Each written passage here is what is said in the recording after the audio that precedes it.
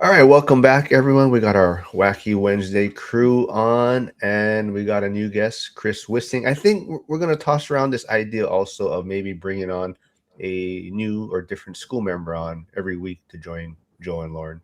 But Chris, welcome here. And Lauren has some big news. Her YouTube channel is finally out. She got her first video up there, and she started off with a legend already on as her first guest, right, Lauren? How was that? It was awesome. Yeah, super, so nice of Zuber to do. Um, and it was great. And I'm in the middle of my 1031, and so we talked a little bit about what he's doing right now and what he's buying. And my 1031 is the property that I had identified. The inspection came back and it was not good. So I was kind of bummed about that. And then we were talking about like current market and where the opportunities are today. And it kind of reinvigorated me. I was like, okay, yeah, this is not a bad thing to, if I have to pay the taxes, and gives me the chance to find another opportunity that of which there are many coming up in that like commercial apartment space. Cool. And before I'll put Lauren's channel in the chat, and before we dig into that a little bit more, I know Chris also has started his own YouTube channel. Chris was in Vegas year 1 and year 3, and his teenager attended this year's event, right? So Chris, maybe give some of the people that may not have got a chance to talk to you in Vegas, like who you are. And I do see Cody Davis in the chat, so morning you can talk about a little bit about your son's thoughts on the event also. Yeah, so yeah, I'm here in Northern California, and where I invest, live, work, everything.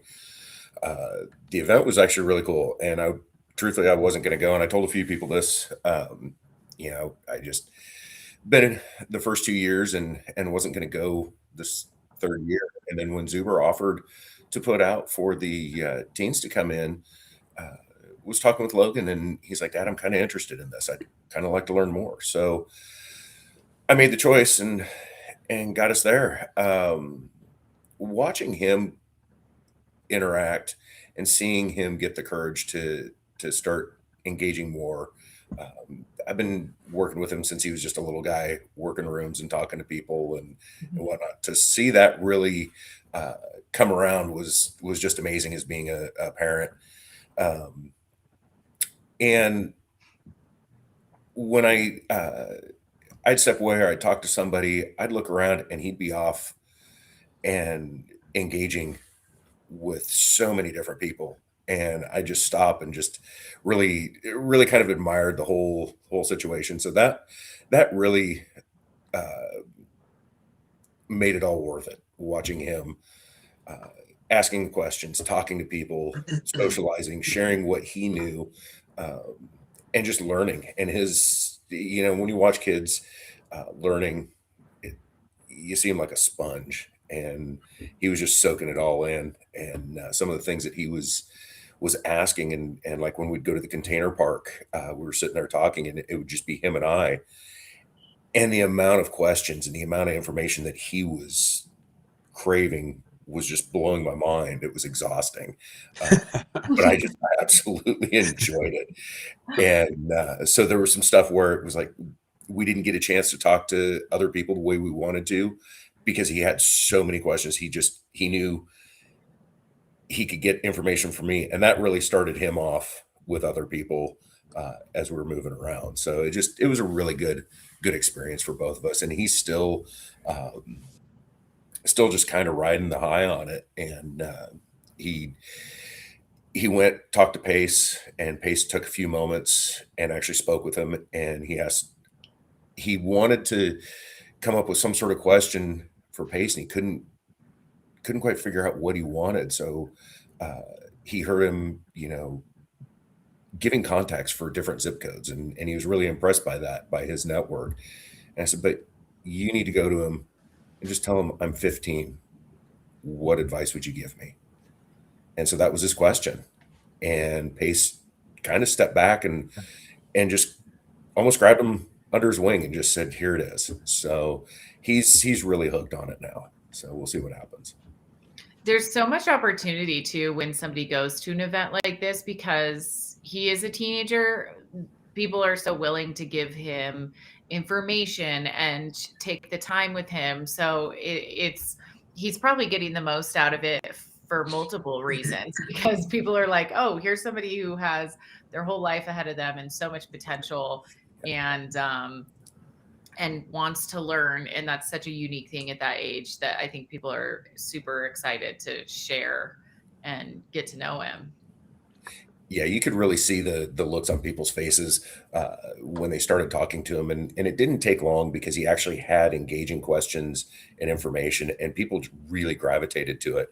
I walked down the stairs at that event, and he had like 2, 3 people standing there talking with him. And I went, well, my job's done. I might as well go find something else to do because he's got this handled. So Yeah.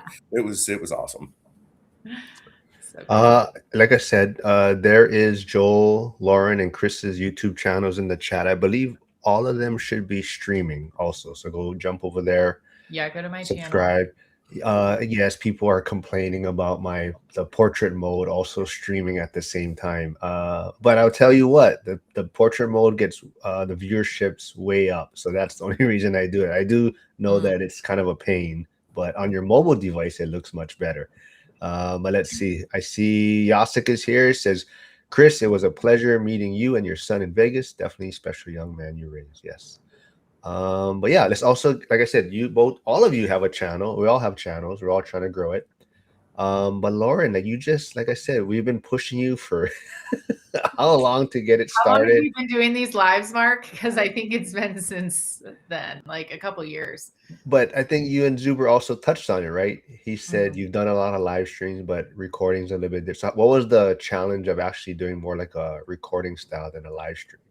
Well, yeah, a little behind the scenes, which you guys don't know, is we actually tried to do it one day, and then I was using Restream, and for whatever reason, it just kept ending the stream. Like it would just like shut off, and then I would like restart it, and it was just like it was getting all like choppy, and he finally I was like, I'm gonna have to like piece this together, and we were both just like, okay, let's try again tomorrow. So there were some technical difficulties for sure, and that's why I shy away from doing like YouTube and stuff, because I hate dealing with that kind of stuff. And I have no idea why it was happening. Like I'm not going to be the one to figure it out. So then we ended up recording on his. So yeah, I could imagine if it were somebody who was like less gracious, would have been like, oh yeah, sorry, it's just not working out. So yeah, it was a bumpy first video for sure. So you didn't end up recording on yours. You recorded on his. Yeah, and then you did the add your channel. No, it wasn't a live. It was recording. So then he sent me the recording. Mm-hmm. But he put it on. Zoom? But he put it on her channel. I mean, Lauren used it for her channel. Yeah, he sent it to me for the link to my channel. We had done he had interviewed me, and then he put that on his channel, and then the one where I'm interviewing him, he sent to me. Mark, what do you use to record in interviews? Do you use Zoom or Restream, or what do you do? I pretty much just use Restream already. If it's if it's going to be an actual recording, I may use Zoom, but Restream seems, I mean, it works well for me, and there's a lot. I've never done a recording on Restream. I didn't know you could do it. No, okay. You can do a regular recording also. And then you can have all these controls of adding all these, like, on the bottom right now it says just hit record and things like that. So you can change that whenever the topic changes. You can throw in people's QR codes. So like it sounds like someone liked and subscribed. I'm not sure which channel Harrison tuned into.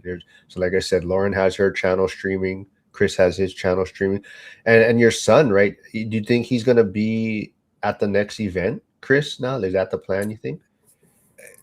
He's a teenager, so you never know what's gonna happen. A year from now, who knows where he'll be.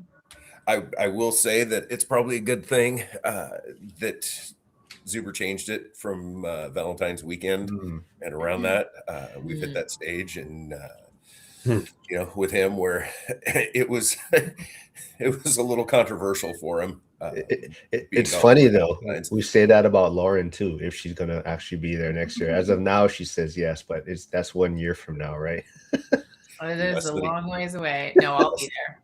Less than a year. Chris, also, like I said, your channel, it's been like we kind of talked about it, and we, I started mine a few years ago, and we thought you were going to start, and it took a little while, and now seems like you're being a little more consistent with it, also, right? Yeah. So right now, what I'm doing is just with this ADU project that I'm building, I'm just basically just shooting videos, updates, trying to do weekly updates of what we're doing, the process that I've been going through on it, a couple of the hiccups, a lot of the demolition that we did, and some of the issues, finding faults, whatnot. I've done a few things because I'm also remodeling my house. So a little bit of how to or ideas. So it's just real basic stuff right now, but it's been gaining traction. So we'll see what happens. Let's see. There was something. Yasik says, "What's easier, real estate investing or starting a YouTube channel?" Joe, you go first. Joe, let's go with you first, Joe. I mean, starting a YouTube channel is easy if you have no expectations. I mean, it could be the worst channel ever. I mean, just putting videos up, it doesn't matter, right? I mean, that's easy. Just throwing videos up. Real estate investing right now is hard. As Lauren can probably attest to, you spend so much time on a deal and then it falls apart and then you're back to the drawing board. I mean, there's just a lot. I'm seeing that in my world a lot of deals just falling apart, especially with the inspections. And I've seen some sellers, be very, very forgiving and flexible on negotiations after inspection, and some not. So I don't know. That's my take on it. Yeah. Lauren, what about you? I mean, it took you a while to start, but you got a big name for your first guest, but what's harder? What's easier, I guess? Real estate investing or starting a YouTube channel?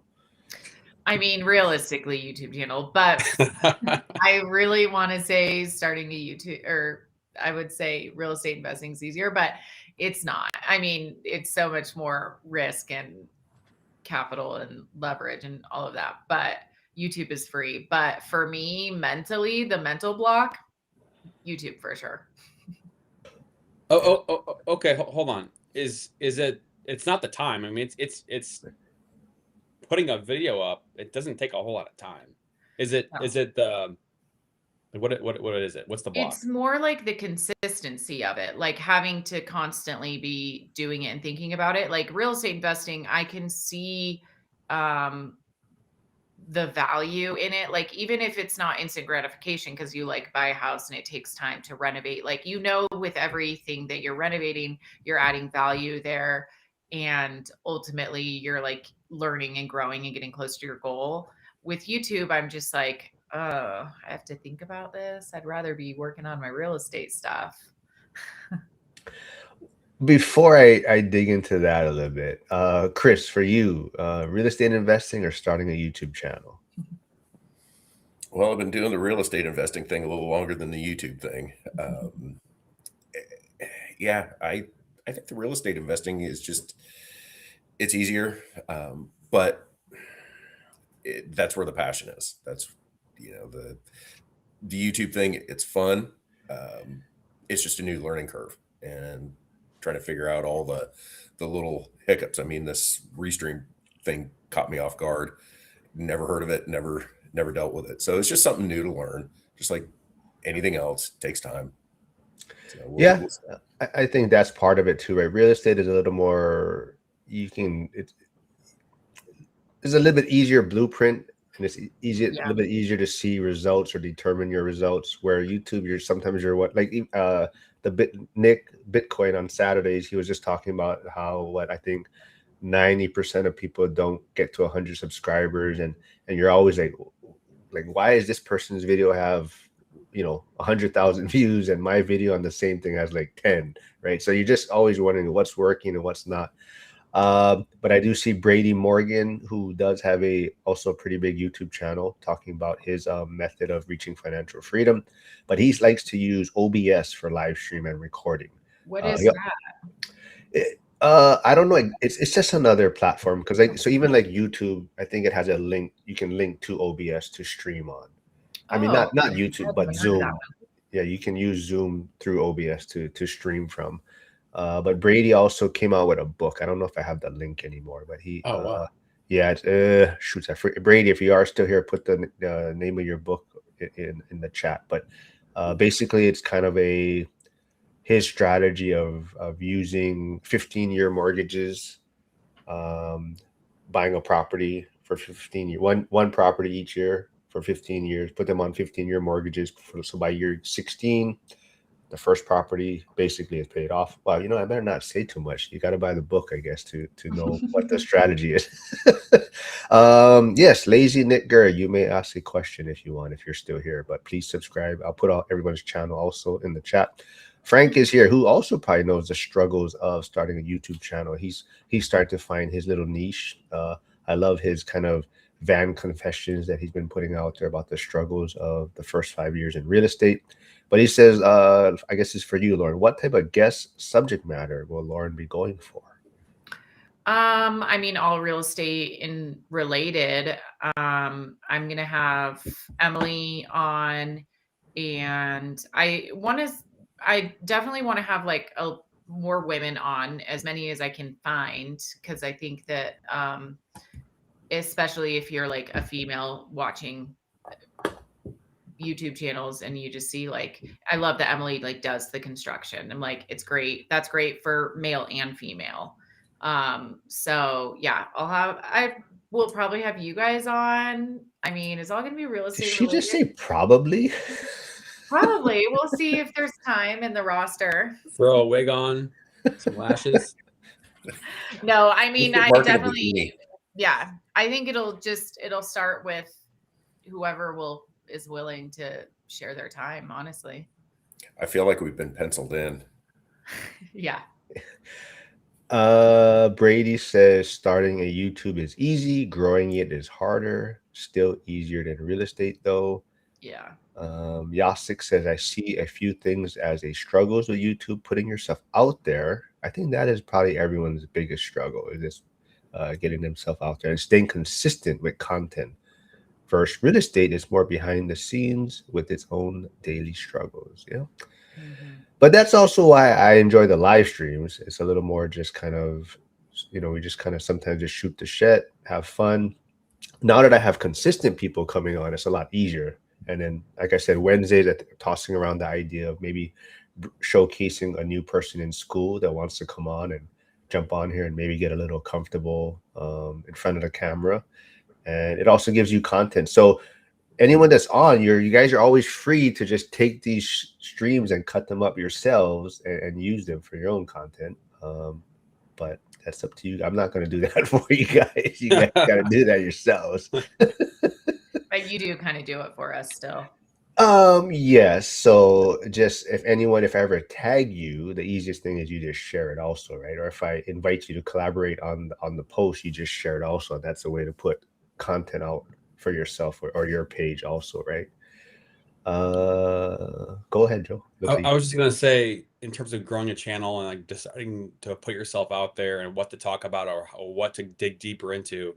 I mean, with what Chris is doing, for example, he's just posting what he's doing, or the ADU, the growing it, the building it. I mean, like Lauren, I mean, it doesn't always have to be for you. It doesn't have to be a thought out thing. Just whatever you're doing in the moment, you can just throw it up there and day in the life of Lauren. I'm not like thinking about making content very much. Like some people's brains, they're like content creators and they're like, I got to capture this. Like even the other day I was going over, I'm doing a spec house right now, and I was going over the final design plans, and we had gone back and forth, and there were things that are like, to me, design no-nos, which are like when you have like spaces, like you go through the bathroom to get to a walk-in closet, and that was like something that was on the design that I was like, no. And I was like redrawing the walls and changing, oh, there needs to be like a sliding glass door here, make these windows bigger.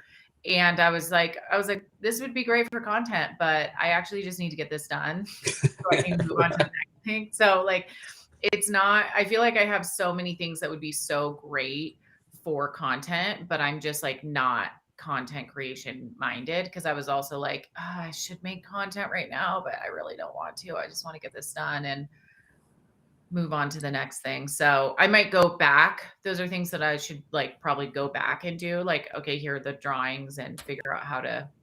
Would you be opposed to one piece of feedback? Absolutely. I mean, no, I'm not opposed to it.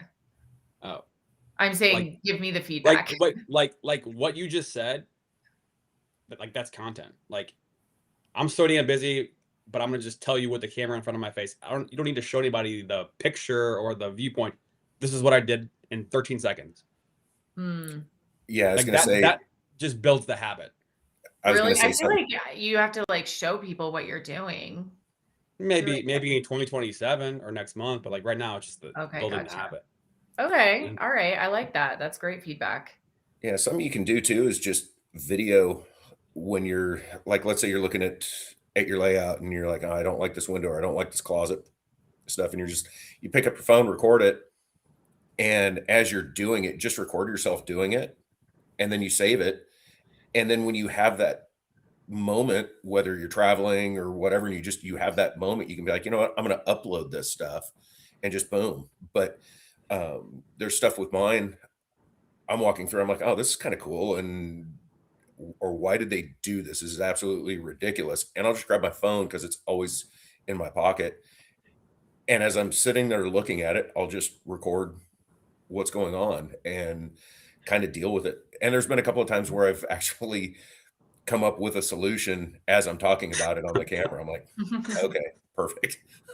So, Yeah. but yeah, you can store all those videos, and you can have like 10 videos, a month, 2 months down the road. You can be halfway done with a project and then have enough content built up, and then you start that project online. Yeah, I just put them into a certain album. Save them. I in an like album. Yasik's idea of just wearing a body cam. I've actually thought about that. Those Ray-Bans. I'm like, I just need the Ray-Bans, because if I'm happy to like be recording. It's not like I'm like uncomfortable in front of the camera, like sharing or whatever. It's more the actual act of recording. So I'm like, I just need a body cam, or like those glasses. Just put on some Meta glasses all day and be like, just and then live stream it. Yeah. Yeah.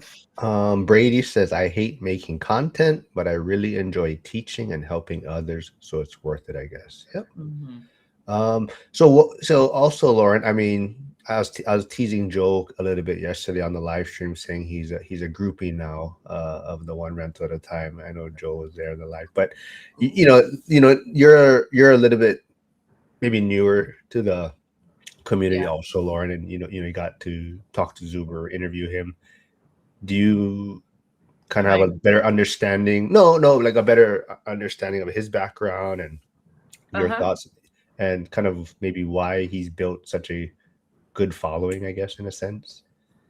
Yeah, I mean, I feel like really from the moment you sent me the Ryan Pineda video I was like, oh, this is really like, I love his perspective, and you could see the difference between somebody who's been investing for a really long time and somebody who is a fair weather investor. And so I just really like that. And I feel like it's someone that I feel really good about. Like if somebody was like, yeah, I want to get started in real estate investing, I would send them to the one rental at a time community. Cause I'm like, the people are nice. There's a lot of help. People are happy to like help each other. And then also Zuber himself isn't like peddling courses and like weird things at the conferences and like trying to sell the next thing and like upsell and all of that. It's really just like, this is the strategy. It's pretty simple, and join the community and stay in it for over a long period of time, and you'll get wealthy and have that financial freedom. And it's like, it's something that is really easy to get behind. Speaking of Pineda, I literally laugh out loud seeing some of his ads. It's like, hey, I used to buy rentals, but now follow this strategy and then click the link below. Or he's selling courses or coaching on bodybuilding and getting in fit. Or hey, up level your network and come golf with all these business owners. Like he's in all these different like random spaces. It's like, Oh my God, he's all over the bro, map. what are you doing? Yeah, all over the map. Kind of makes you wonder what's going on if he's almost grabbing at straws for the next thing. Is his world starting to fracture a little bit? Well, and I know he's talked about like how he was doing all these like flip things, and then when the market turned, he lost a bunch of money on that. Like he's losing money on a lot of the real estate stuff. I think that's why he's not doing, I think, real estate. That's why he's gearing towards like coaching and all these other things. I mean, in the time I know somebody who was in one of his like early mastermind group things or whatever, like really early. And they were saying like over time, it was like he was doing NFTs. He had his like flipping coaching. Then he had his like golf with him coaching. Then he had his become like a real estate agent investor coaching. Like he had all these different coaching that he was doing. And now like they all just kind of like fall to the wayside. Like you just like kind of stop hearing about them. Like whatever happened to this NFT that everybody was buying into? Like whatever happened to so I mean, just a classic YouTube real estate investor that you would not want to send your friends or family to. Well, you notice he doesn't do any baseball coaching. Yeah. Wow. All right. Well, I mean, just saying. Doesn't pay enough. So there also was a exclusive videos that are in Skool, and we're talking about Zuber. Lauren got to interview him, maybe a little better understanding of who he is and why he's doing what he's doing. But someone called Zuber a fake and a liar, right? So I don't know if you guys had a chance to see those videos between Brian Davila and Dion. Would you guys have any thoughts on that? Or Chris, I know you probably known Zuber the longest out of all of us. So what's your thoughts on that take that was in those videos? Well, I haven't watched the videos yet. I started hearing about it, and part of me just didn't want to get caught up in the drama on it. But with just what I've heard and who it came from, it's just, I don't know, it's probably just talking out his neck. And Zuber is, you can't put anybody on a pedestal, but Zuber is one of the most humble and most real teachers out there that I've come across. Yes, he's made this a business, and yes, he's making money off of it, and rightfully so. He's got information and knowledge to teach people, but to call him a fake and a liar, I think is a pretty big stretch. Mm-hmm. Did either of you get to watch the videos? I started watching like the first half of it, but I couldn't get through it. It was just like too annoying. Like I was just like, what is this? Yeah. Same. Isn't that guy like Ryan Pinhead's right-hand man or whatever? Yes. So Marlon RE is also here. So he's here for the Ryan P shit talk. All right, well, let's do it. Well, so to that point, maybe we can even go back a little bit further because Chris also was at the first event where I was at, the ORAD event, and I believe you also attended the pre-event on Friday, right, at Pineda's venue. So maybe refresh people's mind or your thoughts on that. I mean, I've never really heard your thoughts on that. I mean, it was great to go to, just because here's this guy who's got all the success, all this stuff. We were all more on the infancy side of some of our investing journey, so to be included in that, it was really cool. What I noticed with Ryan is we're at his event, his business, his place, and he came out talking. He didn't know the crowd. He didn't know our position, and he was just talking over a lot of people's levels. And then once it almost seemed like once he realized we were all on the starting point and we were all small investors, he made it seem like we were beneath him. And then when he was done, he just wanted out, go away, not talk to anybody. And all of his employees came out and started rounding everybody up for his event for, you know, $3, $5, $10,000 a seat kind of deal, and hustling for your information. You know, this will make you better. So it turned into this marketing thing that was just not for us. So Kind I of just, exactly what we're all talking about that we appreciate it doesn't happen at the ORAD events, which is where, like, I've been to events where the speakers agree to speak because they want to sell you their coaching courses or their event tickets or whatever. So it kind of sounds like that. mhm. Yeah. Yeah. I see Janelle tuning in. She wasn't able to attend the event in Vegas. Cody Evers said, I think it was a little blown out of proportion. Hey, Aaron Foster's here. All right. He's going to start stirring shit up in the chat. I got to get him back on a live stream. But like I said, if people haven't heard that are tuning in a little bit later on Wednesdays, I think we're going to start trying to get different school members on to join us. So we got Chris joining us today. I think next week, Jeff Dombach is going to be on with us. He was also at the event in Vegas. He's in York, Pennsylvania. He's doing a lot of cool stuff out there also. So we'll get him on next week.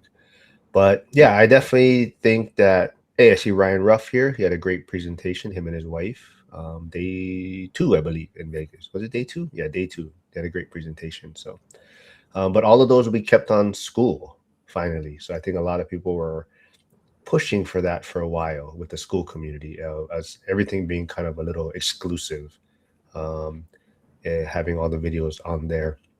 Let's see. So I guess we can't talk about the Zuber stuff very much since you guys didn't watch the videos, or Joel didn't watch it. Lauren kind of tuned off. Well, what is your opinion on it, Mark? Did you watch it?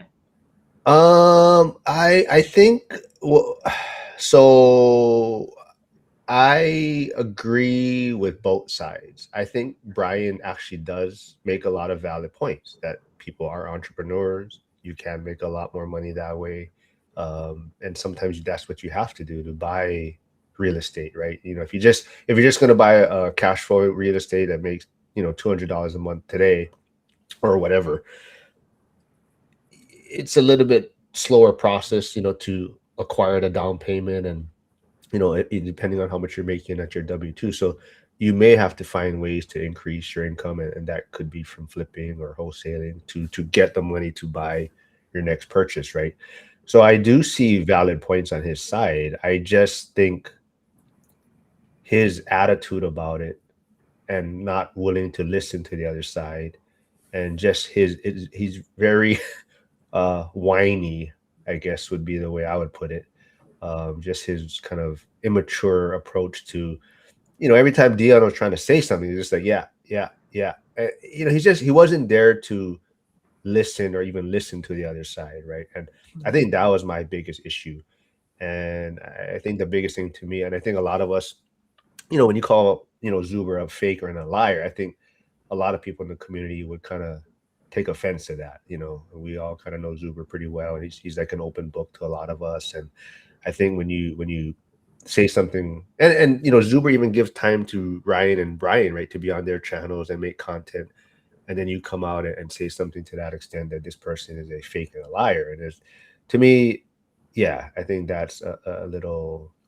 It's just showing who you are, showing your true colors, right? So that was kind of my take on it. I think if someone else was talking about the entrepreneur side, I definitely think like it would be like, yeah, this guy makes a valid point, right? Some people might have to do this if they want to acquire assets quicker, right?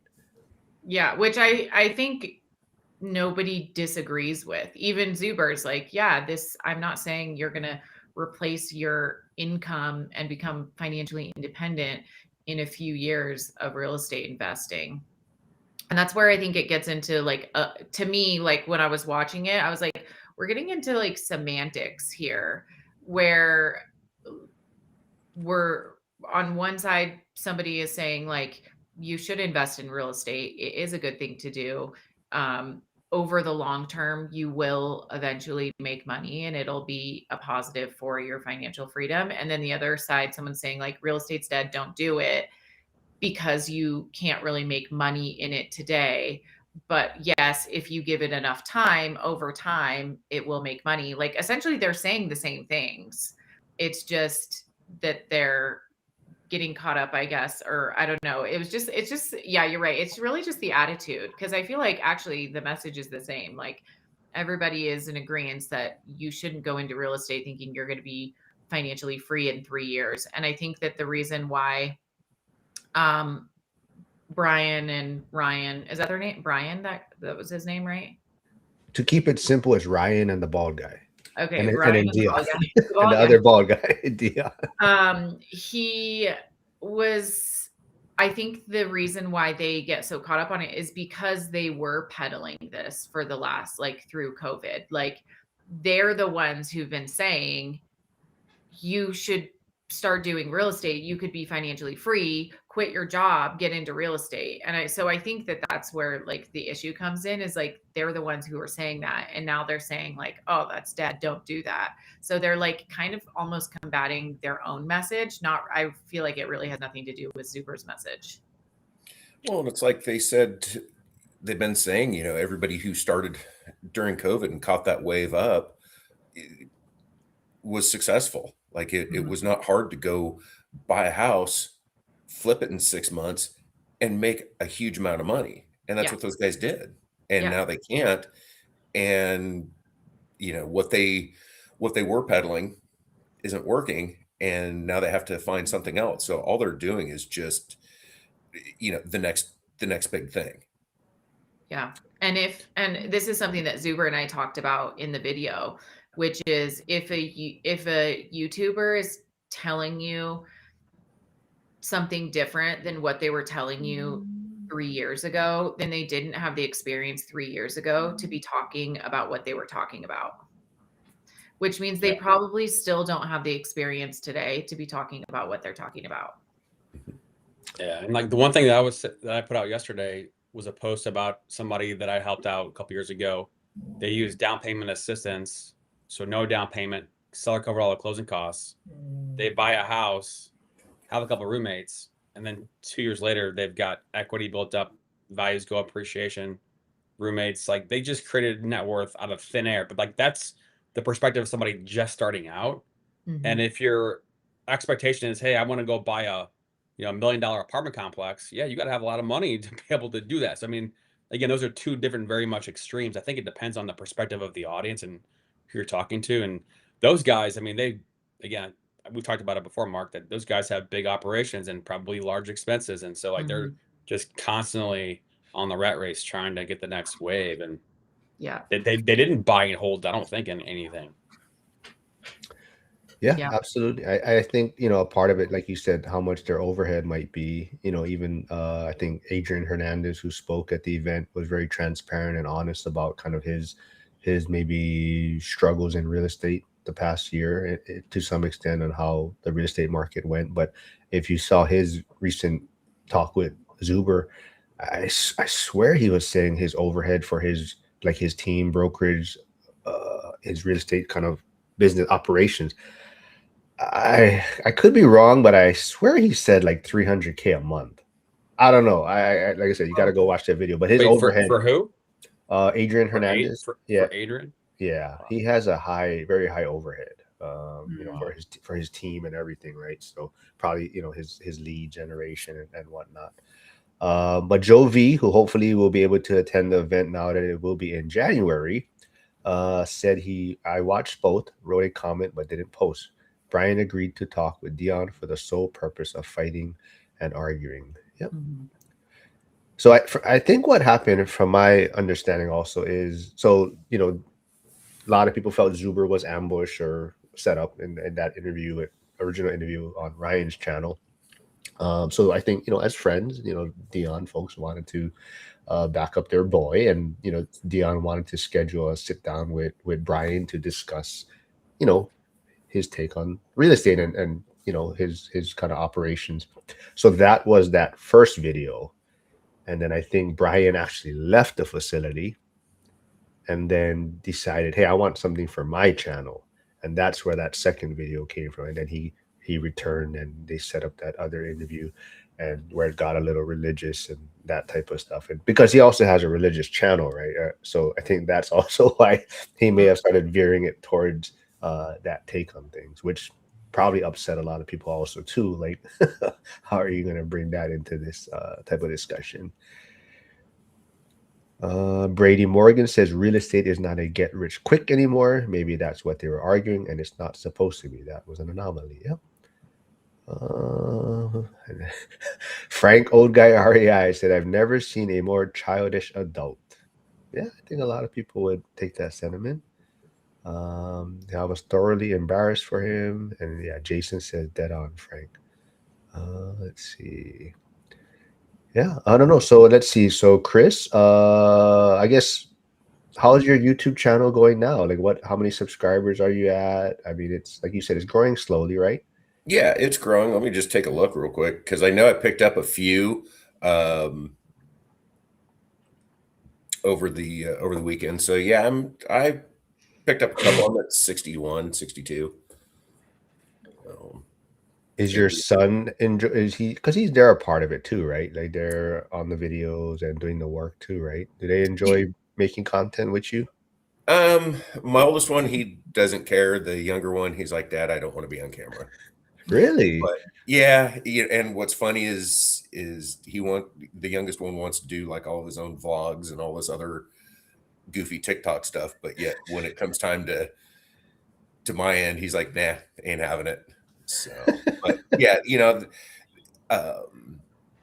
just, I've had videos of them, they'll be up, they've been up in the rafters doing some demo work, and when we started doing the concrete work, they were jackhammering and whatnot, and just kind of having fun with it. So yeah, they enjoy it, but they're teens. So Lauren, what is the next step for you now? You have this big interview out. You're on Zuber's channel. Like, when can we expect Lauren's next video too? Well, I'm talking with Emily later today, so nice. That'll be out by the end of this week. And and then I messaged Monica also, so hopefully she'll be able to come on. And what did Monica say? she said Monica, she doesn't like to be on camera, or like, she's just like, oh, I don't know. But yeah, when are you guys going to be my next guest? We got to get you guys on the schedule. Mark never talks about himself. I'm always ready to. Yeah, I have nothing to. My story's boring. It's not, though. I feel like you've closed recently on a few things. Yeah, but I don't do anything. I just do boring stuff. I'm just here to connect everyone and have fun. But that's the whole point of this, is that we turn boring stuff into fun. That's why we're here. Mm-hmm. So there you go, Mark. Also, what you think is boring, like somebody else is going, man, I just wish I could get to where Mark is at. Like, someone's like, where do I start? How do I begin? Like, I'm an East Coast person, would love to know more. Well, it's the same thing, right? Like, let me put this back on the screen, right? Just same thing with your channel. We've been telling you for 2 years, right? You just gotta hit record and put it out there. And even like purchasing a property. I get it. It is a lot of money, and it is scary at times. And I think a lot of people are just putting barriers in front of themselves, a lot of extra barriers that don't need to be in place, right? I mean, I don't know. I think a lot of people just are afraid to look stupid to some extent, or make a mistake, right? And they're always looking for that perfect deal. And of course, we're always looking for a great deal. It's just until you start getting in the game, it's really hard to maybe see what's a great deal to some extent, right? There's a lot of nuances to it, right? On Yeah. Sundays live with Zuber, we were talking about the number of people in the community that has started channels recently in the last year or two or whatever. And what did Zuber say? 40 or 60, or I forget the number of people he mentioned. Do you remember, Mark? About So, in just the people ORAT? in the people in the community that have started a channel because of the group. And he put out a number 40 or 60, I forget the number, but like at the same time, a lot of that has to do with you specifically, Mark. And Well, you truly are an inspiration for all the boomers out there that don't think they can get into just social media, that they can do it. anyways, no, but okay, so to that point, I don't know the exact number, but both all three of you, I don't think even paid attention to it, but there was a post in Skool by Jeff, who'll be joining us next week Wednesday. He posted one about social media channels. For every so often in Skool, someone puts it out there so that hey, put everyone's things, so everyone can support and follow each other. And because I share a lot of people's channels when I'm live streaming, I pretty much have everyone's social media. So when Jeff posted that, then I pretty much tagged all you folks, and none of you said thank you. Only a few people did, but I put all your guys' channels out there You for didn't everyone. tag me. Well, your channel was already out there because Jeff actually put your channel one of the first on there, because I guess it was the newest. So he actually put your I channel. didn't even see that. Well, that's my whole point. But anyways, there was probably a good 30 channels from the Skool community only, and even Joseph Cachapalia, who, like I keep saying, I got to try and figure out a time to get him back on for the fractional real estate. But he's like, well, I didn't realize how many people have YouTube channels here, right? And whether it's whatever 10,000 subscribers, like Emily's DIY channel, or smaller channels, we're all just trying to support everyone, right? I think that's the important part. But did you guys get a chance to hear kind of Zuber's discussions about next year's event, as far as things they're looking to change? Chris, I don't know if you heard it, like for the teenagers and things like that. Didn't hear a lot. I've heard a few things where he's changing something, with VIP, which I think needs to happen. But I haven't heard all of his changes yet. No. So yeah, everyone probably knows the event's moving to January because of Super Bowl and Valentine's Day weekend. So it'll be in January. Day one is going to be much shorter, I believe. I don't think the dinner is going to be there anymore. I believe there's going to be, I think he's tossing around the idea of like a segment for teenagers. So I don't know if it's going to be like a separate thing for his goal. I think he wants to have 50 teenagers there next year. That's his vision, and I think he has, like, of course, Cody Davis being a part of that, and I think he also wants to have Brandon Potts be a part of that. Hold on, I'm gonna let you guys take over this. My son's mom is FaceTiming me, so hold on. You guys can roll with this for now. Okay. Tell us how you really feel. Yeah, like I wanted to come back to the part where you're talking about your son soaking up all the information, and what was the on Sunday we had the young kid, looters or brooders, I forget, Adam, I think was his name, but talking about I think he said he was 16, but talking about the triggering of information. Hearing it from dad doesn't really matter, but hearing it from other peers or other friends or other people makes more of an impact in terms of activation. So is that something that you're seeing similar with your son, or how is that experience with you saying things versus other people saying things? Yeah, no, it has more impact coming from somebody else, because it's just like anything. I mean, when we were growing up, parents say something, whatever. That's, in one ear and out the other. When it's coming from your friends, it could be the same thing, and all of a sudden it resonates different. And that was one of the things about being at this thing with him, where Cody and Dylan and other kids were there. They can speak the language, and it's the generation. the verbiage, all those things, the attitude, whatever, it has a different impact. And that's really, I think, where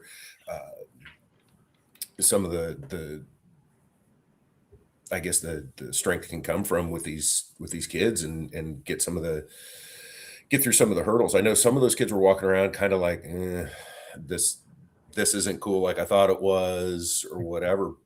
And that's going to be typical with any of it. But for Logan, he really was just mesmerized with talking with other people and hearing. And he even looked at me and he's like, yeah, there's a lot of the same things that I'm hearing that I've heard before.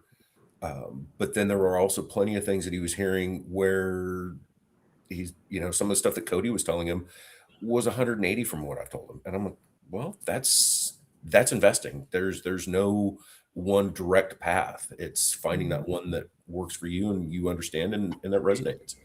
So yeah, he's soaking it all in right now. And I think the smoke is finally settling, but it's still there. You said he's 15 years old, right? 15. So he's got 3 or 4 years before he can probably actually do something on his own. Mhm. And that's a lot of time to, meander off a path and get distracted or get into other things. And so, I guess my question to you is, in your opinion, what would be a good first step for him when he's ready? Is it get out of college, get into grade school, buy a property at 19 or 23? What's your thought process in this environment? Well, right now, his idea is he wants to get into the trades. He wants to be an electrician. So he knows going into that, going through an apprenticeship, whatever education, wherever he lands, he knows there's always an opportunity somewhere. It's learning how to find it. We talked about things, and we actually talked about it while we were there. It's, he's heard the story of, the 4-3-2-1 idea. But even just starting out, in a different way of buying a small 2-bedroom house, get a roommate, save up, get to the next one, do it again, and just kind of rinse and repeat. And if that works, learning those things. So he's looking at things where getting a job, knowing, if he's local, how to save money, not live, paycheck to paycheck, being in your teens and 20s, and you get a paycheck and it's gone, a couple of days later. He knows you got to save a percentage of it to live off of, and the rest of it you can earmark it. So I think he's a little advanced compared to a lot of kids. But he's got people in his circle that have financial backgrounds. And so once those ideas start getting tossed around, he starts exploring them. He hears it a lot. So that's kind of his path right now, his line of thinking. Cool. And it's always subject to change. I mean, didn't you want to be a belly dancer, Mark? No, I want to be taller, but we can't do anything about that. But let's see. Trade Better says, what are your thoughts on short form content? Has it helped you grow? So I think Joel probably puts out the most content, so we can have him talk about that. What does he see working for him? Well, the most impact, I would say, is from Facebook. And in the last 2-3 months, I put out a lot more content, and that's kind of a different story. So I'm going to leave that off the table. So I'm going to go backwards in time, where I'm posting a reel maybe every day, every other day, and some things here or there. And from a Facebook perspective, people see your content. They may not react to it. They may not interact with it at all, but they see it. And so when you get into a room with people that know who you are, and I remember this, a friend of mine, bought a bunch of apartment complexes in 2020, 2021 in Alton, Illinois. I think he's got like 180 units by now. And he had a retirement party in 2024. And just seeing a bunch of people that like you haven't seen maybe a couple years or et cetera. And hey, I'm seeing all your content. Oh my God, like how are things going? like that whole conversation. So people will see your content, they may not interact with it. So that's one thing. And just doing it and being consistent is so important. And then it's a tool to open up doors. Like you may not, like for me, I'm in sales, right? So I may not get a lead or a deal directly from an Instagram post or the messenger, but it's a tool to open up doors and be able to be proactive and reach out and outreach to certain people you want to outreach to. It's that you're building that resume that gives you the ability to go do other things. So for me personally, that resume builder is the most important thing that I can be doing and having that content out there consistently. So it depends on your purpose. So like for Lauren, right? I mean, and this is something that you and I talked about. Well, I know that putting out content is important, but like, what is the value? How does it relate to me? It's such a long game. Like I've got too many things to do, juggling the time of do you do it now? Like I think the purpose and the and what the goal is important as well. I'm trying to figure that out. Mm-hmm. Before we get to maybe Lauren's answer on this, I want to just add, even like Zuber, everyone looks at him being, super consistent and what he's done. And, like you said, if you go back and look, his original videos have like 20 views, 30 views, right? He's just been, he's a machine. He's super consistent on it. However, he also wishes that he started this one rental at a time actually before, when he started it, right? Because he's looking at how much bigger it would have been, but even when he could have probably shared more of his journey when he was in the middle of the journey, right? And how far this brand would have been built. But I wanna, on your topic, like you said, it's a little bit different, Joel. Your stuff on Facebook. I gotta admit, it's weird. People interact way more on Facebook. No, people interact way more on Facebook than on Instagram. Yeah. Really? 100%. Yeah. 100%. Like as far as commenting or whatever. Yeah. I have no idea why. I see Curtis tuning in. Curtis, Mikey too. Two people that receive belts in Vegas are in the chat. Yeah, Chris, if you got a bounce, don't worry about it. Just say it was thanks for doing this. Yeah. We'll get you on again. Like I said, if people are just tuning in every Wednesday, we'll probably try to get a new person on to join us. Before we get to Lauren, any final words from you then, Chris? Like I said, where else can they find you? I know I had your YouTube channel in the chat. Is that the best place for them to connect with you? Yeah, it's the YouTube channel, Instagram, Facebook. It's just my name. No fancy names. So yeah, you can just look me up there, hit me up.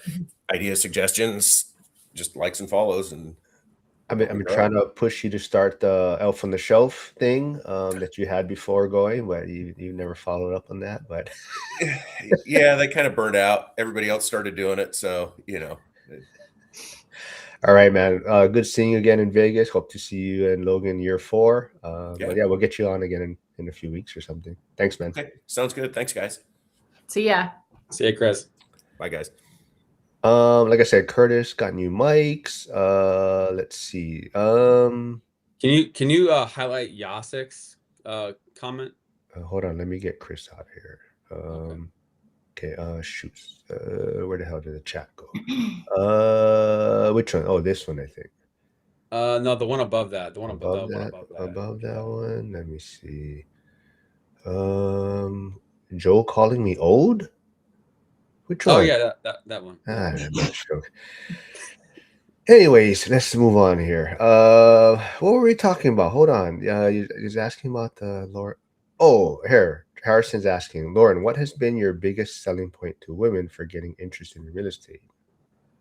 I mean, I don't know. I think the thing that women are just like more, I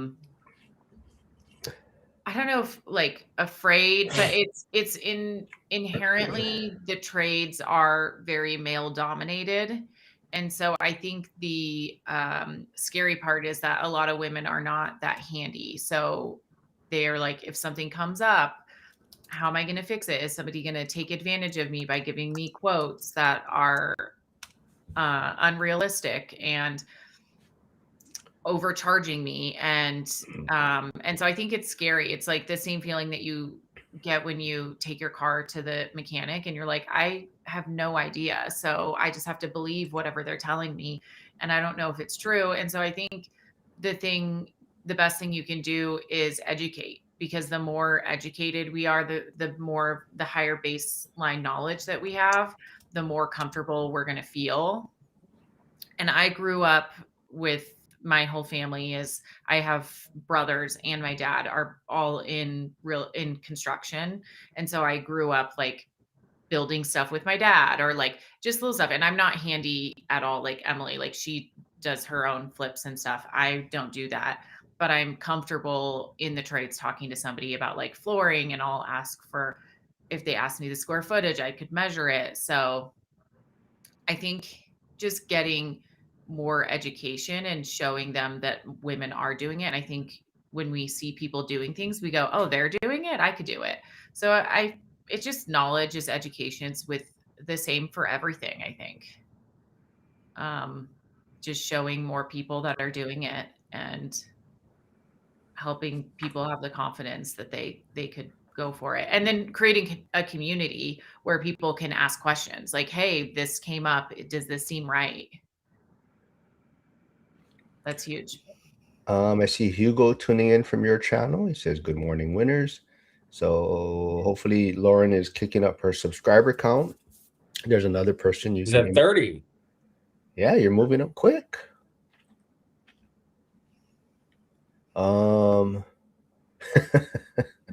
Flavio is making trouble again. I'm not sure what channel he is coming from, but he says, Lauren, are we still having Mark's birthday at your boutique hotel? When's your birthday, Mark? 4th of July. It won't be ready this yeah, year. actually, Oh. that's great. Yeah, for sure. Come to Idaho. Let's do it. There's a parade that goes down Main Street right in front of the motel. I bet I would go to Idaho and Lauren is going to be traveling somewhere. And we're going to plan this thing and then Lauren won't even be in Idaho. I had to book a last minute trip too. Like I said, I was I'm in Hawaii. Until she actually showed up in Vegas, I was like, she's not coming. I don't know where this reputation came from. Hey, you even mentioned it on Zuber's thing. It's like, oh yeah, Mark's always like, where are you? I know that is true. Mikey Buzztune, like I said, Mikey received a belt. He was unable to attend Vegas, and I had to figure out a way to get his damn belt back to Hawaii with my belt.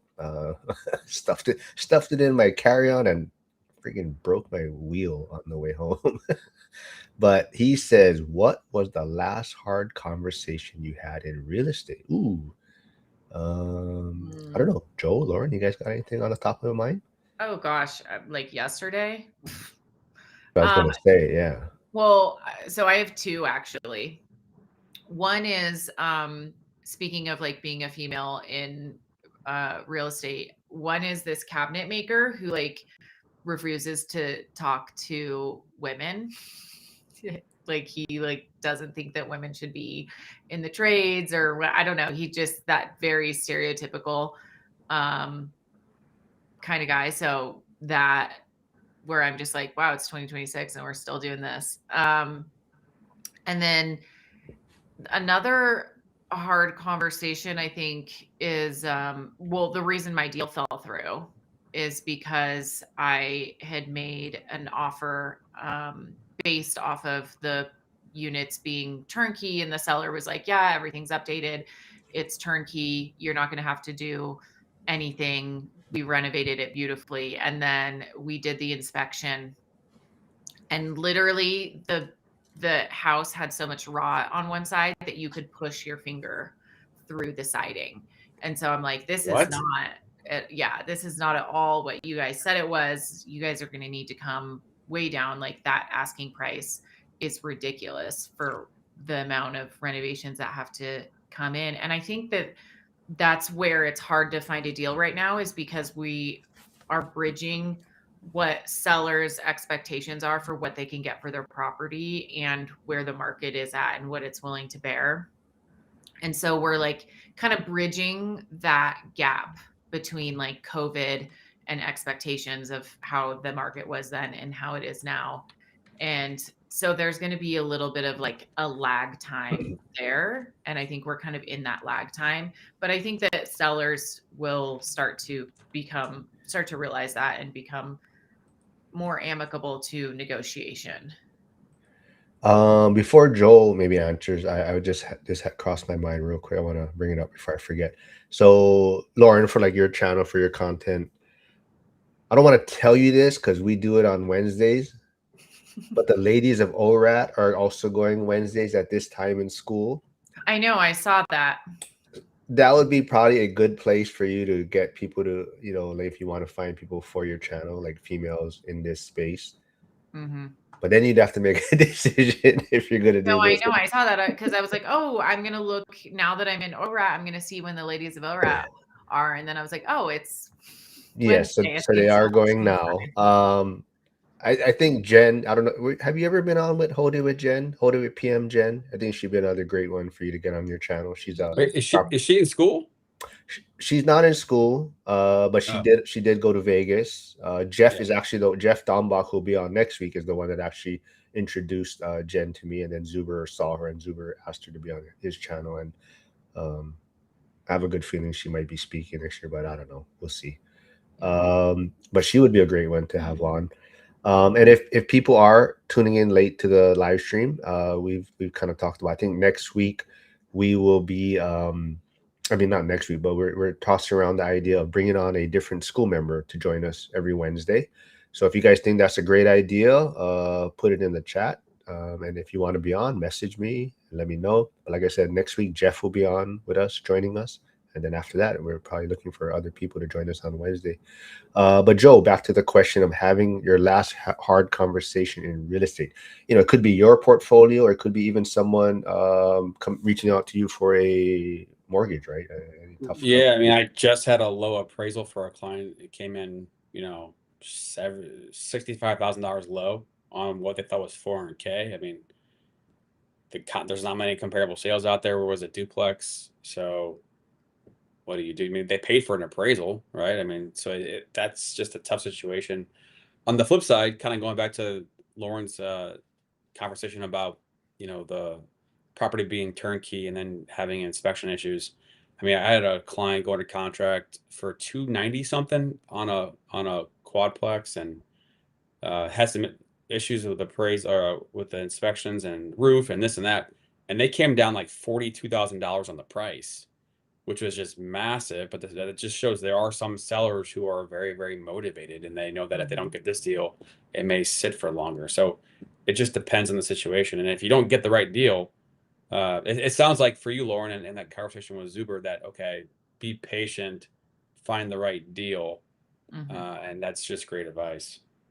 Yeah, exactly. And we did talk a lot about, and I know there are a lot of people that aren't in commercial or aren't doing apartment buildings, but the 5-year balloons are coming up, and there's going to be a lot of opportunity there if you are ready with cash to get a good deal. So because I was like, you know, it's a bummer doing this 1031, and it hurts to pay taxes. That sucks because it's a big chunk of money. And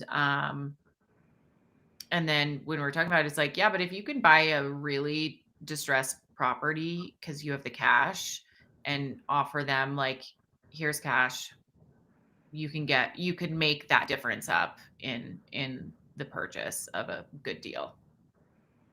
Yeah, and the other thing too is that if you do go buy properties, you can, you know, cost get the depreciation and maybe even offset some of that tax liability. I don't know. Kind of a lot what Lauren just brought up, and even Joe, has been a few questions that people posted in Skool. So I kind of want to maybe dig into one thing before we sign off or anything. But you know, so like you said, you went under contract, you found some things after, it was supposed to be turnkey, blah blah, you know, you're gonna back out, or unless they maybe come to you with this great you know, price reduction or something. But someone posted in Skool, like, have you ever gone under contract, kind of sight unseen on properties? And I think a lot of people are afraid to just get into contract because they feel like they're committed now. And I think that is one obstacle that people put in front of themselves, where they don't realize that that's just part of the process, right? You know, getting under contract doesn't commit you to anything, right? So there's always clauses where you can still back on, things. So I think that's the one thing I hope people maybe that are listening, if they're not aware, or if that's something that they're afraid of just going under contract, just realize that, there's always typically things in place that you can still back on. And just like your case, Lauren, right? Like you went under contract and then found some things, and whether you're going to negotiate or not, it didn't make sense for you anymore, right? Yeah. I mean, if you're interested in a property, I would say get it under contract. Like, even if you're just like, I don't know how I'm going to finance it, I don't know, you have like a million questions about it still, I am like, get it under contract. That is like my rule number one. If you're interested in property, get it under contract. And I think that also goes to kind of Zuber's buy box, or, Dion talk. It's kind of just knowing in general what you're looking for. So if this particular item or property comes listing and it hits a lot of your checkpoints, right? As far as area, maybe zip code, parking, room count, bathroom count, flats, whatever. But as long as it meets a lot of these things, criteria, then just like you're saying, get it under contract, and then let's do a little bigger research, or dive deeper, get an inspection, and then see what's going on here. And typically there's always ways to get out of it, right? I kind of want to hit on something that you guys talked about before, like, on Lauren's channel, like why should women get into real estate? And we can go into all the nuts and the bolts of like strategy and like wealth building, but like at the same time, there's also some underlying benefits too, right? I mean, the men to women ratio in real estate and events, and Lauren and I talked about this on live before, that it's a great dating tool. I mean, getting in a room with a bunch of single guys, I mean, you got options. Yeah. Here we go, Joe. Start. And so like Joe wasn't there yet in Vegas, and that was the funny thing we talked about. We all went to the beer park in Vegas, and the funny thing was that they were having a speed dating night at the. And Joel missed it. Joel missed. Lauren missed it also too. Well, you just arrived, so you. But you brought your boyfriend. He wouldn't let you do that. Yeah, I wouldn't have participated in the speed dating. Well, yes, you just sort of watched. Yeah, like a fly on the wall. He wasn't there yet, though. We'll just not that matters. I know. So it ain't that serious, is what you're saying.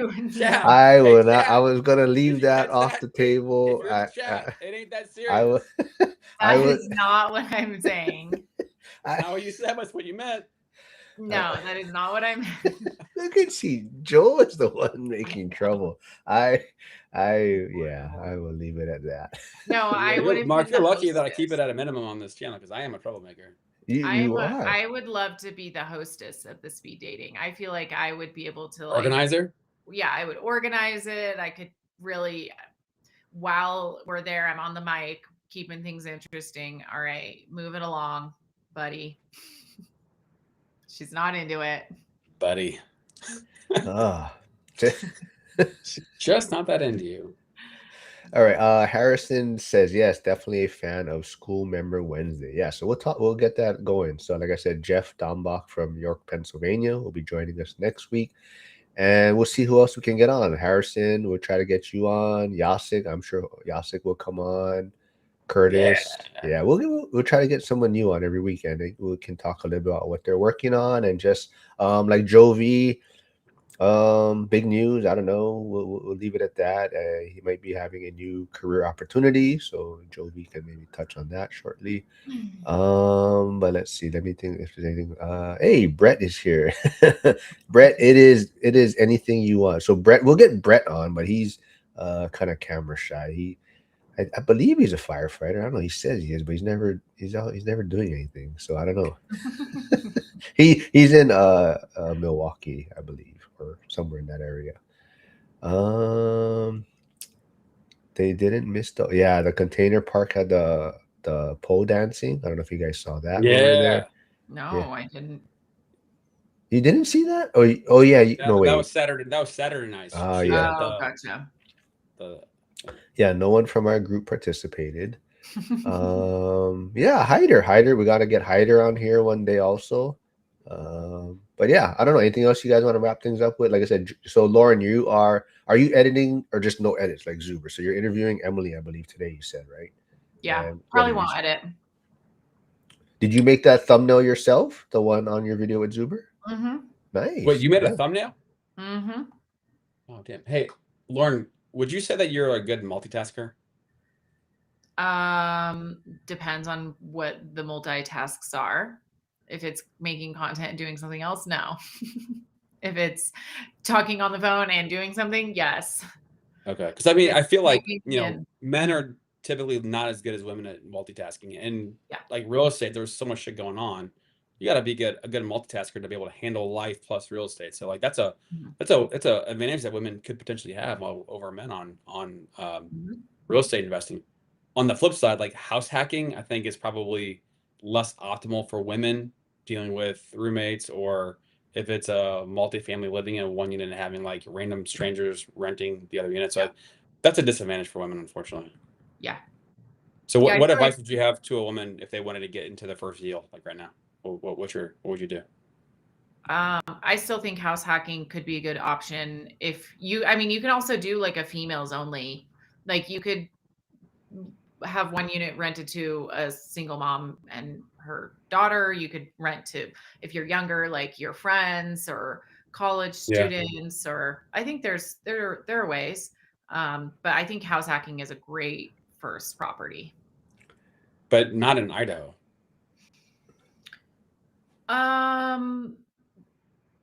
mean, yeah, it's hard because the market here is pretty, like, this is a very high cost market. I mean, your like condos are like $1 million. Mm-hmm. Well, so that's the thing we always want to remind people, right? House hacking doesn't necessarily mean you need to make money from it, right? If it can reduce your cost of living, then that's going to be very helpful. Lauren was not able I think she took off on Sunday. She wasn't able to see a lot of the presentation on Sunday, and that's when Pace did speak, and Chris, who's in the chat, is mentioned. So that was kind of what he mentioned in his presentation. Pace said the same thing, women advantage, and I believe that's what he kind of said about some of his on his team, right? Joe, do you remember that part? Well, I don't know specifically what Chris is talking about, but I know Pace was talking about building his team. He specifically focuses on women to build his team because the concept of like men want to, if they're part of a team, then they want to go build their own thing and conquer the world kind of mentality, versus women just want to be a part of the process. They don't want to take the whole thing over there. They want to just make the thing that's there way better than it already is, and that's a preference for him. But Which I don't find to be kind of sexist. Not if it's true. I mean, if it's I don't know that that's true. That is the Also, first time I think I've ever seen Lauren somewhat triggered a little bit. like, yeah, I'm nobody's employee for a reason. And I know a lot of women who have their own businesses. Like, and I would agree with the idea that I would probably gravitate to hiring women in a lot of ways because they because are of that reason. I got it. not because of that reason though. No, because I do agree that they are good at multitasking and like also like not even single moms, just moms, women who are ambitious and who want to work and want to have a career. I do think that they are great and capable, and they can be great employees. But I don't necessarily think it's because they don't have higher aspirations of having ownership or conquering, whatever it is. Like, I think that women also want to have ownership, and they don't necessarily just always want to be an employee. They want to be able to dictate their own life as well. And there may be men that are happy to be employees as well. Like, I do know men that are like, yeah, I don't want to be the boss. I would be happy to like just go to work and collect my paycheck and come home. But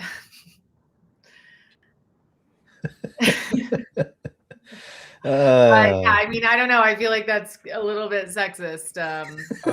Are you taking applications for Sugar Mama? That role's already filled. Obviously, I have a boyfriend. I mean, I don't see a ring on it. That's true. Joe is just stirring stuff up That's today. true. Well, No, well, yeah. Okay, no, go ahead, man. I was gonna say, like, I think it just comes down to the law of averages, right? There's always, you know, the opposite side of the coin, but like it's just a law of averages kind of a thing. Well, I do just want to add, like you're saying, law of averages, whatever. But I do want to kind of maybe take it back to a little bit of the year two event where Zuber's wife Olivia spoke, and her big thing though for women is that to kind of Lauren's, but it's not, and to Joe's point, it's not that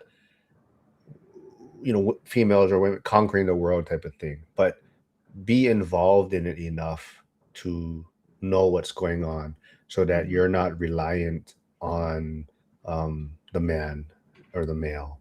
So I think that was Olivia's message in year two, was kind of be a part of the process, understand where the mortgages are, or how are we paying these bills, or where's our property, or what is our LLC. So if something ever happens, or you're not like lost on and you have to sell everything, or even if you were to get separated, at least create something for yourself. And that's what's amazing with like even Cody Davis and his wife Ashley, right? So she has her own portfolio, and she was doing this before her and Cody got together, but she kind of has her own thing going on in real estate. So if anything ever did happen, or if things went sideways and they separated, she has her own kind of security there, right? And I think that was Olivia's big message in year two. Mm-hmm. Yeah. Also, to Jason wrote about Joel saying that women are better multitaskers. My first thought actually to that was like, I don't know, are women better multitaskers? Like, I think out of necessity, like women oftentimes in the mothering role, more falls onto them. Like they manage the household and they have their career outside. And so I think that's why they get labeled as better multitaskers. But I also would say that I've seen men multitask incredibly well when they want to. Like seeing fantasy football, seeing the way that they are looking at the players and the averages and all the information they know and how they're doing it. And then they're also like watching the game, they're on their phone. I'm like, the multitasking is incredible. Like when anybody wants to, they can. I think every skill is born out of necessity or desire for something. So yeah, I think men can be good. I think there's a lot of truth in that. Necessity. Mm-hmm. Yeah. I don't know. Should I show Jason's comment on the screen real quick before we? Sure. He just said, "I love that Joel's comment is sexist, but saying they are better multitaskers than men is just fine." He does agree. The most are better multitaskers, which I think is like, in a way, I'm like, are they, or is that like another weaponized incompetence? Oh, see, Lauren, who's sexist now, Lauren? Nah. Weaponized incompetence. I'm still saying men can be incredible multitaskers when they want to be. All right, like I said, this is always fun on Wednesday. Lauren, we'll be looking for your new video coming out with Emily soon. Like I said, if you haven't checked out Lauren's channel, go check it out, subscribe, and also check out her interview on Zuber's channel. That's another good one. Hey, Mark. Yes. Did you see the post that I forwarded to you through Instagram Messenger like a little bit ago? This has to do with like, man, I'm like focused right now. I'm multitasking as we go. I got people text messaging me about shit going on, and then I got freaking Instagram. I got Instagram. Yeah, I gotta go pick up my son's backpack and he forgot it. So I gotta go pick it up and drop it off at school because the mom has to get to work. So I gotta go do that. This guy is bald, overweight, probably like 50 years old. I'm not pointing this to you, Mark, I promise. But he has this this Instagram channel. It's built up like 12,000 followers, like getting millions of views. And it's just him like working out and like his shirt's too tight. And then like it fast tracks to the end result with him like buff, ripped, nice beard, and then hair now, like AI. All like slicked back. It is AI. There's no transformation, and he's crushing it. all because he's putting on this persona and then I guess selling some kind of affiliate product. Well, it's not a real person. It's somebody. No. It's him. It's him. And then the very end of it, when it shows the transformation into like the ripped guy, that's the AI part. Gotcha. And he's crushing. Well, what a strategy! We should all do that. I'm gonna start making I'll AI make real another estate channel. projects. I make AI videos just for my personal fun at the event, though. Which Oh, I don't know if Lauren saw them. She might have been gone when at the event. I don't think she Yeah, I saw didn't my see AI it. videos. yeah, that was Sunday. Yeah. All right. Well, like I said, Wednesday is always fun. Glad we got to talk about Lauren's channel. Finally got it up and running. Like I said, Joel's doing a lot of cool stuff, social media side, Facebook. Check him out. A lot of traction there. And like I said, every Wednesday we'll be back. Try to get another Skool member on joining us. Hopefully Lauren doesn't ditch us for the ladies of ORAT though. No, I won't. But yeah, Jeff will be here next week from York, Pennsylvania. It was a lot of fun meeting him in person in Vegas. See, and I got to deal with this shit. And disconnect. All right. Well, so any final words from you guys? No. See you guys next week. Anyone, if you want to be on, will you type if I'm canceled? Let me know. You're not canceled. You're but canceled. if anyone if anyone wants to be on in future Wednesdays, message me, let me know. That way I don't have to go search. Just be aware you'll probably get canceled. All right, everyone. Thanks for tuning in, and I will be back on Friday with Emily Lopez at 7:45 a.m. If you want to also, everyone, remember, Wednesday nights is the OG of the accountability groups. Frank's accountability call is Wednesdays, 6 p.m. Pacific. That is probably the biggest turnout in the Skool community for people on the call. And I think that was another thing Zuber wants to kind of focus on for next year's event. Trying to get some of these accountability groups and maybe the leads of each group on stage. They can kind of talk about what their group is about, what they maybe focus on, but just give these people a little time on stage so that people know, so people can kind of know what the Skool community is about a little bit more. I think since the event, or around the event, it's been about 100 members, I think, has gone up in the Skool community. I'm sure a lot of people want to see all the videos and content, so we'll see if they stick around. But yeah. And like I said, I thank you guys. Like I said, take this streams and you can cut it up yourselves and put it out for your own content. But yeah, I'm gonna make a video of Joel. So what should also be easy, because there's a portrait version of it. It should be much easier to just clip it and post it. You don't have to really edit anything because it should already be set for like a mobile. Yeah. So. All right, everyone. Thanks for tuning in. How do you get to that portrait version in the? There should be YouTube? two. Yeah, there should be two that are on my page after. Okay, you're right. I got you. Yeah, so it should have a landscape one and it should have a portrait one, and you can just upload that into whatever clip editing thing you use. Yeah. All right, everyone. Thanks for tuning in, and I'll see you folks next Wednesday. Okay. Bye.